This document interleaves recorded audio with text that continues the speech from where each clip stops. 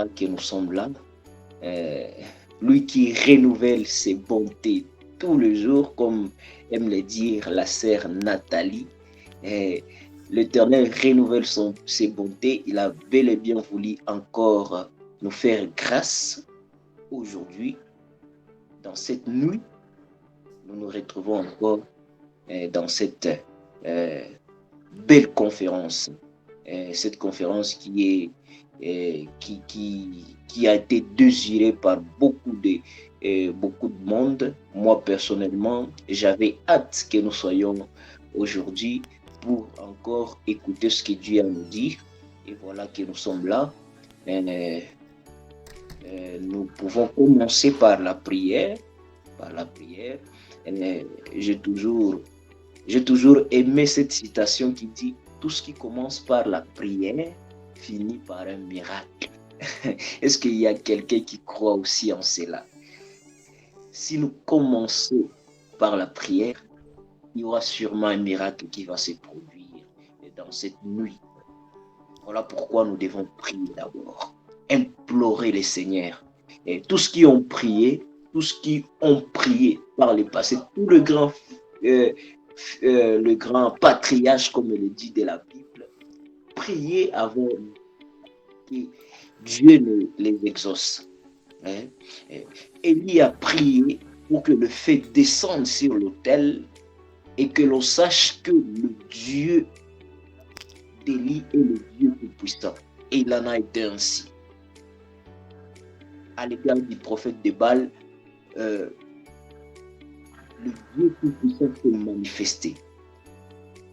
Beaucoup d'autres ont prié et Dieu s'est manifesté. Anne a prié, Dieu s'est manifesté. Et d'autres personnes, pour combien plus forte raison, notre Seigneur Jésus-Christ. Priez aussi. Priez. Et Dieu s'est manifesté toujours. Dieu répondait à ses prières. Dieu peut répondre à notre prière aujourd'hui. Nous pouvons demander à Dieu d'être avec nous. Aujourd'hui encore, il sera sûrement là. Je vous informe déjà qu'il est là. Il suffit que nous puissions évoquer sa puissance, sa manifestation, qu'il nous parle dans toutes les voies possibles, parce que Dieu a plusieurs voies qu'il utilise pour nous parler. Il peut nous parler par sa parole, il peut nous parler par la prophétie. Gloire au Seigneur, parce que nous avons un homme de Dieu qui est prophète. Il peut nous parler de par son prophète aujourd'hui. Dieu peut nous parler. Il peut nous parler même par un signe quelconque. Quelque chose peut se passer et quelqu'un va sentir non, ce Dieu qui parle. Ce n'est pas un homme qui parle, ce Dieu qui parle. Voilà pourquoi nous allons les demander, l'implorer de nous parler. Nous allons même le supplier de nous parler. D'abord, nous devons lui rendre grâce et puis nous les supplier de nous parler encore. Et j'aimerais cette fois-ci, pardonnez-moi. Ouvrez vos micros et prions ensemble. Ouvrez vos micros, s'il vous plaît. Faites-les à l'honneur de notre Seigneur. Faites-les à la gloire de notre Seigneur Jésus. Prions. Dieu Tout-Puissant, nous te rendons grâce encore.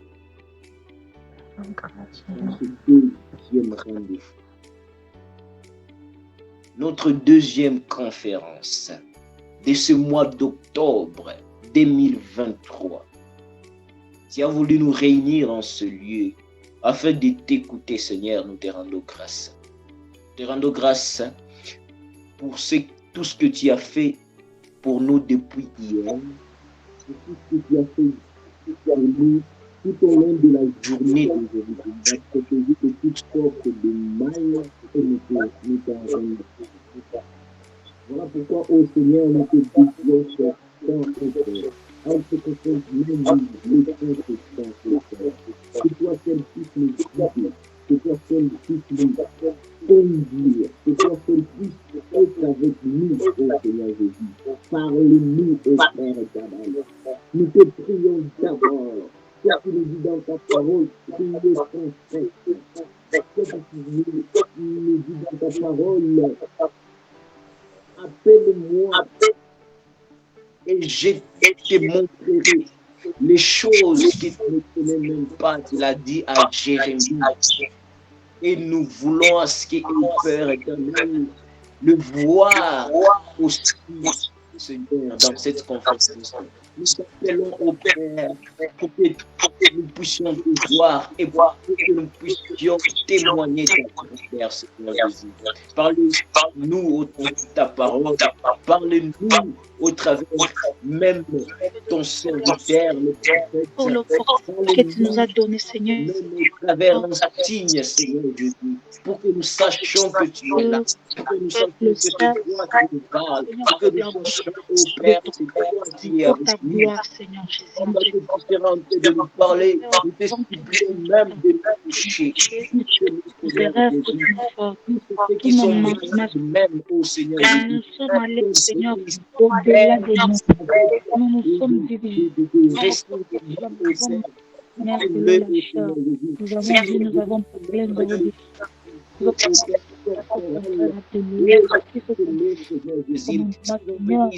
Père, avec des problèmes, Père, soit l'air solution,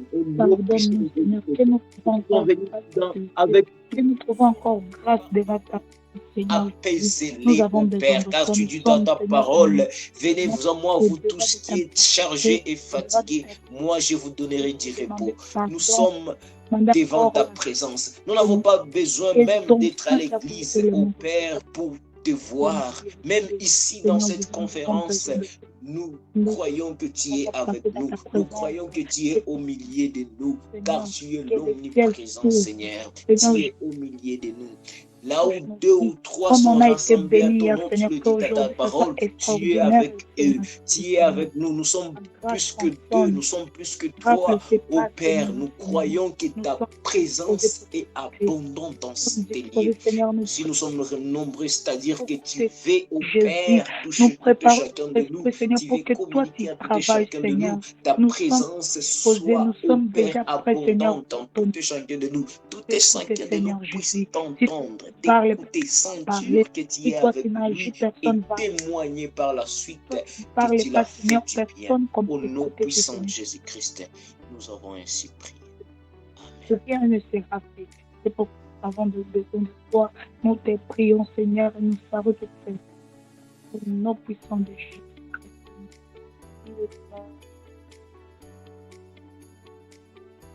Amen. Alléluia. En attendant que l'homme de Dieu arrive, nous pouvons faire un petit récapitulatif de ce que nous avons appris hier avec l'homme de Dieu Sam Simito. La sœur Nathalie vient de nous donner une idée. J'espère que tout le monde a entendu. De donner une expérience de la parole, parce que la parole doit pratiquer dans nos vies. Nous devons la vivre ici. Plus que l'écouter, nous devons la vivre. Et moi, personnellement, si je peux commencer par moi-même, la parole de Dieu hier m'a vraiment touché. J'ai été touché par cette parole que, je rappelle, nous avons lu dans Jean chapitre 3, verset 16, l'un des passages les plus populaires de la Bible. Plusieurs chrétiens et même les païens connaissent bien ces passages, mais j'ai aimé la façon dont l'homme de Dieu l'a abordé.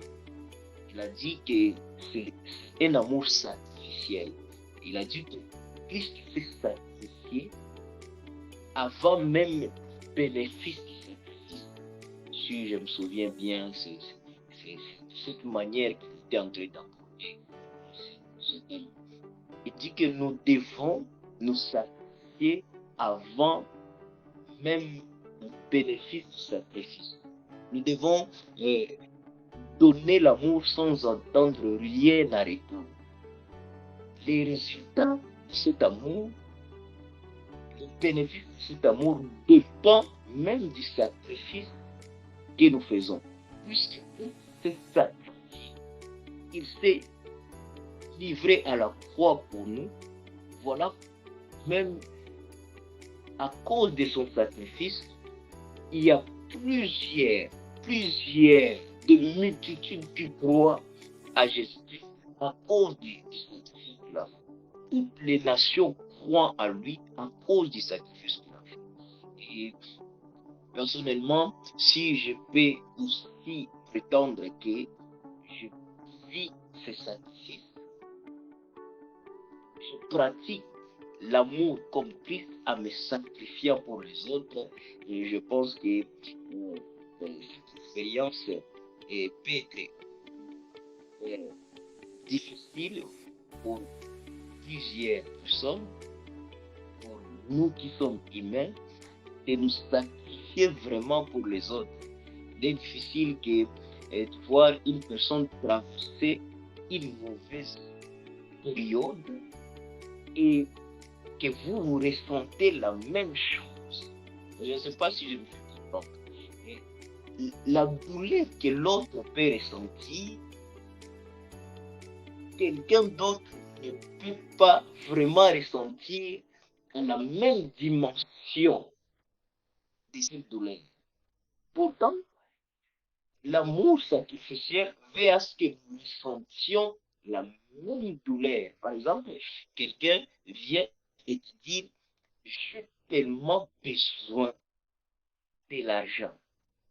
Je suis dans une difficulté à tel point que j'ai tellement besoin de l'argent et que j'aimerais vraiment, si tu y en as, tu puisses m'en donner. Est-ce que tu peux accepter vraiment aussi de t'en priver et de lui donner cet argent-là? Et c'est ça l'amour sacrificiel que Dieu est en train de nous demander, de nous priver même de quelque chose que nous avions pour donner ça à l'autre. Et il est toujours difficile pour nous les humains de le faire. Moi, personnellement, il est toujours difficile pour moi de vivre cet amour sacrificiel que je prie à Dieu de m'en donner alors cette force. Cette force de me priver même de mes biens pour donner à l'autre qui en a besoin. C'est l'amour sacrificiel. En fait. Je vois que l'homme de Dieu Adela est déjà là. Et nous étions en train de faire un récapitulatif de ce que nous avons appris hier, partant de nos expériences, partant de notre vie personnelle. Et j'ai un peu dit mon expérience, mais comme vous êtes déjà là, bienvenue homme de Dieu, bienvenue. Je vous passe déjà la parole dans les temps qui vous puissiez nous parler de la part de Dieu. Déjà la parole, homme de Dieu. Je suis vraiment très désolé pour toute la faute. Le retard et tout à il y a un problème de l'électricité et tout d'imprévus qui sont soulevés. Alors, espérons que la prière intercède. Je mets trop de temps. Je voudrais qu'on lise la parole de Dieu. Alors, quelqu'un a-t-il je voudrais qu'on réfléchisse ensemble. Quelqu'un a-t-il sa Bible comme ça, nous allons lire ensemble 1 Corinthiens, chapitre 13. Alors, encore vous allez que vous avez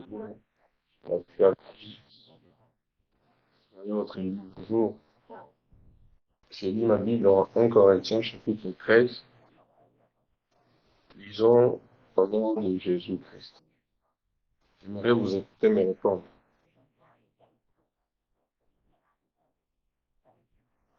Est-ce que quelqu'un m'entend? 1 Corinthiens 13, lisons au nom de Jésus. Très bien, merci, Seigneur Christ. Voilà. J'ai lu, quand je parlerai les langues des hommes, des anges, si je n'ai pas la charité, je suis un airain qui résonne ou une cymbale qui retombe. Et quand j'aurai les dons de prophétie, la science de tous les mystères et toute la connaissance, quand j'aurai même toute la foi jusqu'à transporter des montagnes, si je n'ai pas la charité, je ne suis rien. Et quand je distribuerai tous mes biens pour la nourriture des pauvres, quand je livrerai même mon corps pour être brûlé, si je n'ai pas la charité, cela ne me sert de rien. La charité est patiente, elle est pleine de bonté. La charité n'est point envieuse, la charité ne se vante point, elle ne s'enfle point d'orgueil, elle ne fait rien de malhonnête, elle ne cherche point son intérêt, elle ne s'irrite point, elle ne soupçonne point le mal, elle ne se réjouit point de l'injustice, mais elle se réjouit de la vérité. Elle excuse tout, elle croit tout, elle espère tout, elle supporte tout. La charité ne périt jamais. Les prophéties prendront fin, les langues cesseront, la connaissance disparaîtra. Car nous connaissons en partie et nous prophétisons en partie. Amen. J'aimerais vraiment vous écouter à ce point. Dire Amen ou écrire ça en commentaire.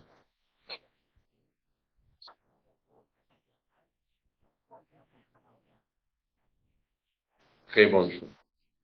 Les amis, j'aimerais qu'on puisse réfléchir ensemble sur ce que l'apôtre Paul essayait de donner comme enseignement aux enfants ou à l'église de Corinthe. Alors, cette église, c'était une église qui expérimentait beaucoup de dons spirituels, des choses, des charismes et tout. Et l'apôtre Paul se retrouve à un niveau où il doit revenir à l'essentiel.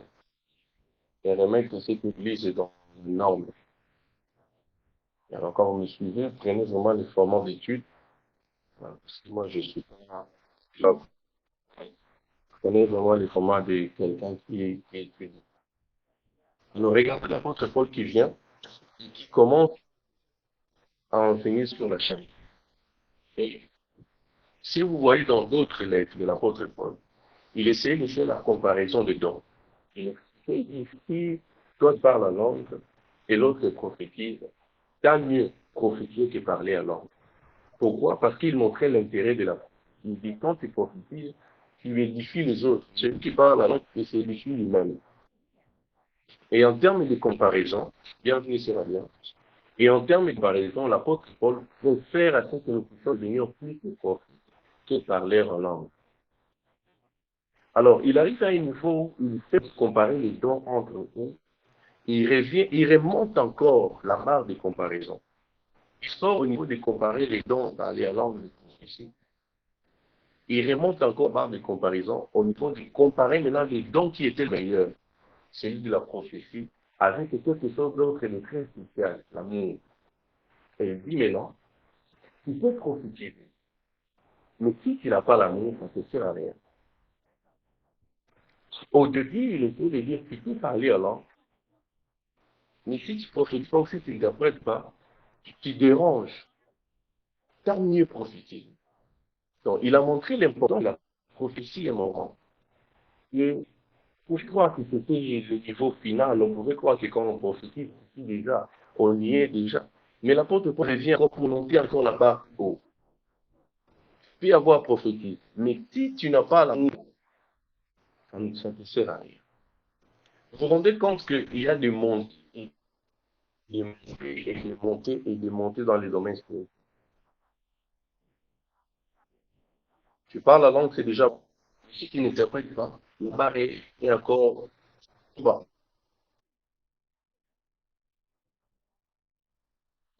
Vraiment, sois capable d'interpréter ou de comprendre.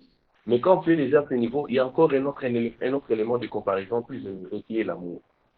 Mais aujourd'hui, j'aimerais aborder ce sujet dans deux façons. L'apôtre Paul précise sur l'amour comme étant quelque chose de très essentiel et de très important, comparablement à la prophétie. Pourquoi? L'Église s'est emballée dans les mouvements de prophétie, tout le monde parle la langue.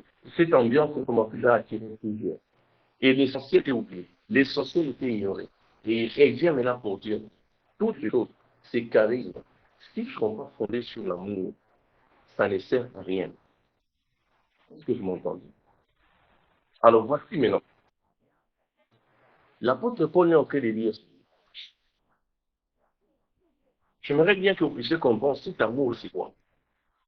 Quand il dit que si tu parles la langue, si tu as l'amour, tu n'es qu'un symbole, c'est une symbole qui est entier. Si tu prophétises, si tu n'as pas l'amour, quelque chose qui m'a dit, c'est donné. Il a même dit, si tu donnes même tous tes biens pour te partager aux pauvres, si tu n'as pas l'amour, ça ne te sert à rien. Est-ce que c'est possible de partager tous ces biens aux pauvres sans avoir l'amour?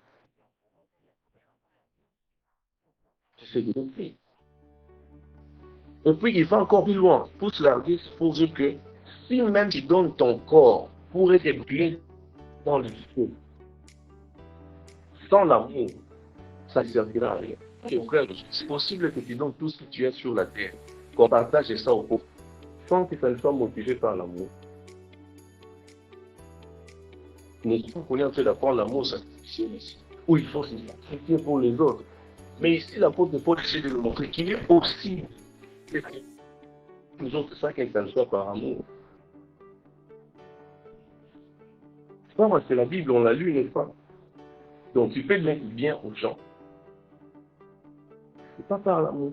Tu peux toutefois te sacrifier jusqu'à la mort, sans que ça ne soit fait. C'est qu'amour.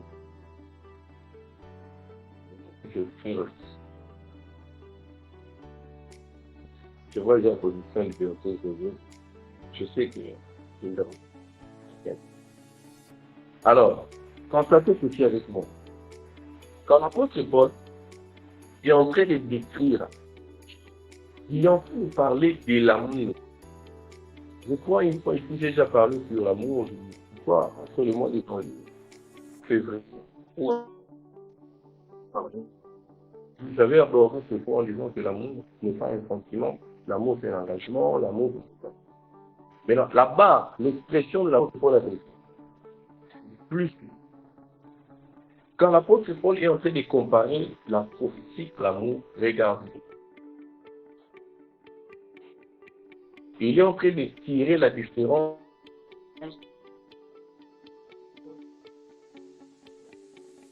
au niveau de, je dirais, permettez le terme, j'en ai pas.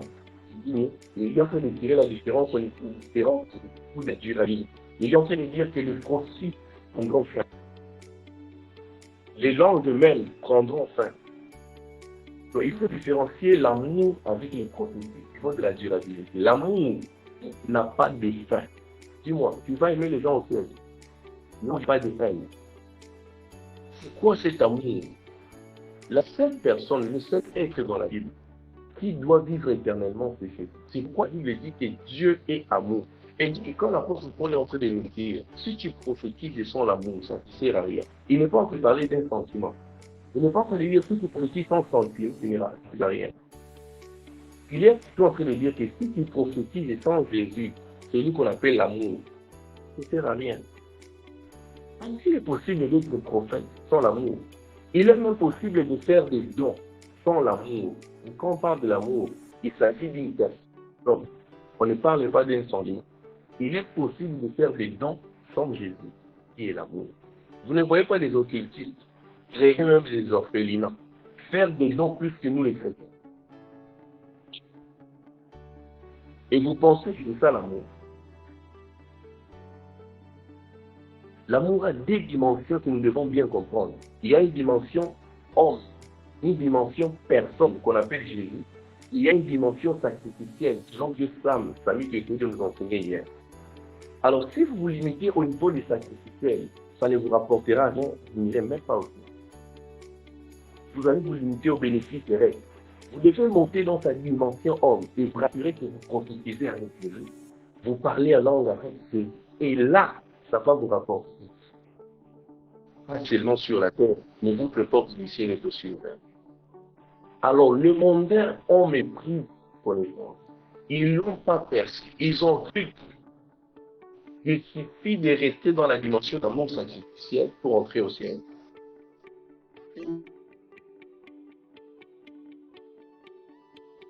Et Dieu puisse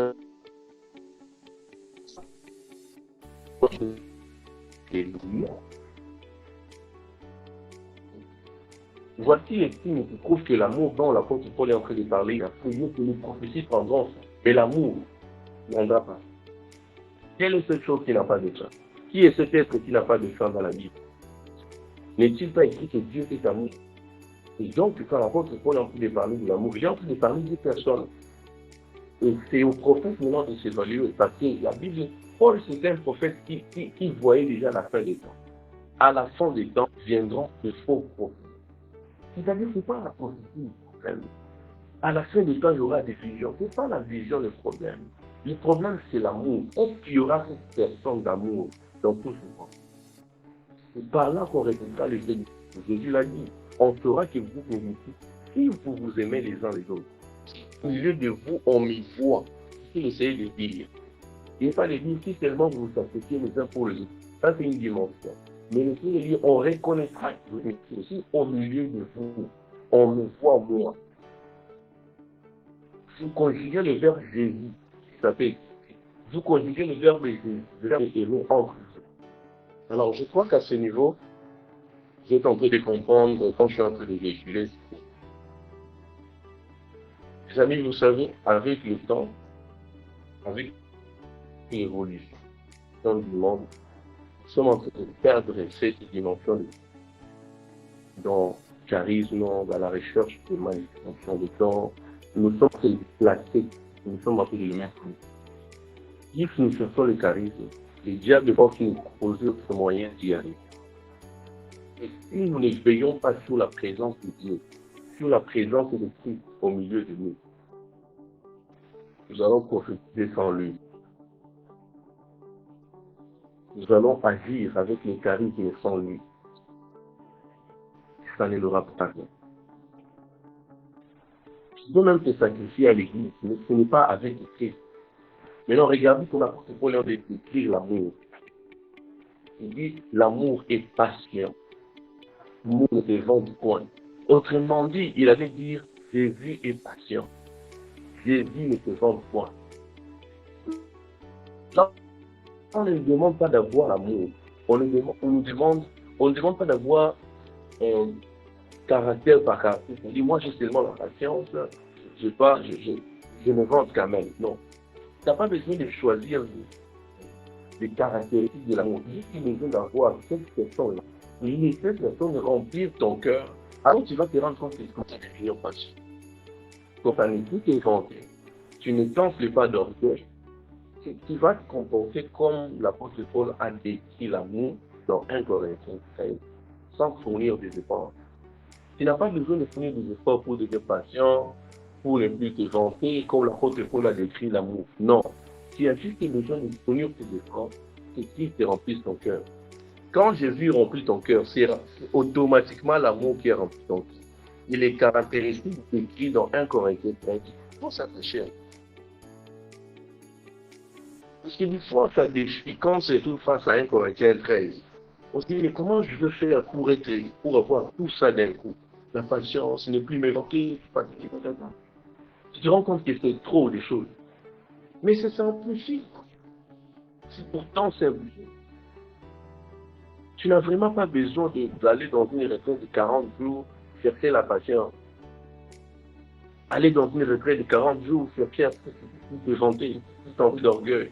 Tu as besoin que cette personne remplisse ton cœur. Et ça te donné dans toutes les caractéristiques.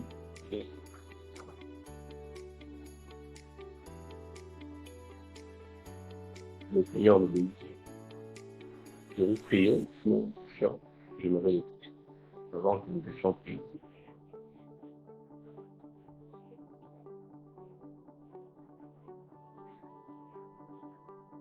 Mission.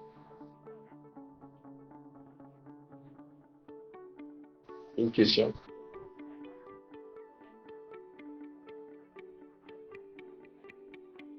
D'accord. Comme il n'y a pas de questions, il y a...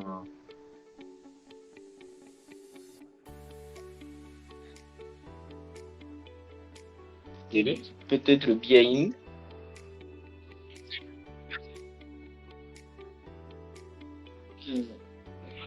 Lorsque vous... Allez-y, posez la question. Oui, j'ai été intrigué lorsque vous avez dit même que on peut se sacrifier sans avoir l'amour. Et vous avez émis quelques exemples des gens qui se sacrifient sans amour, des philanthropes, des gens qui donnent beaucoup de choses sans vraiment avoir l'amour. Alors, comment est-ce que l'on peut savoir